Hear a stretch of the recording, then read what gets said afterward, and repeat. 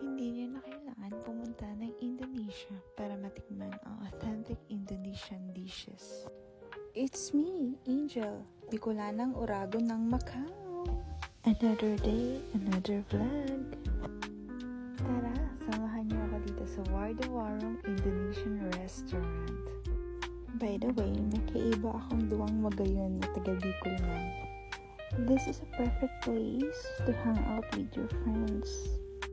Oops, teka lang, hindi yan lang inasal ng Pinas.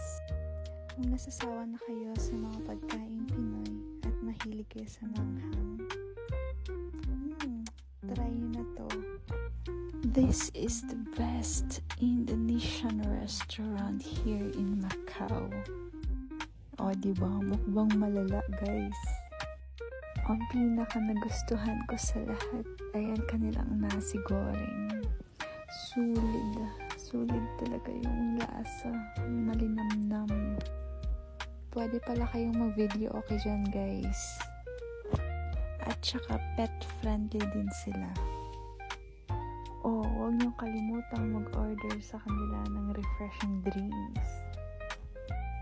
Mag-chill drink habang kumakanta sa kanilang video okay. Heto nga pala ang kanilang menu. O diba, kita nyo naman, affordable lang. So tara na. Ano pa? Maggaya ka na dyan. So don't worry guys, mga halal food po yan.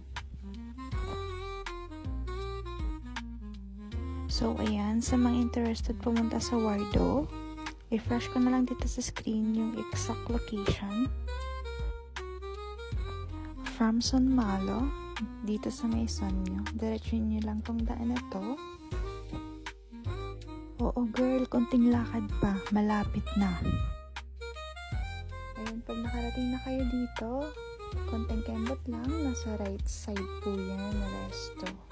They are open from 12 to 10 p.m. So ayun lang guys, thank you for watching, bye bye!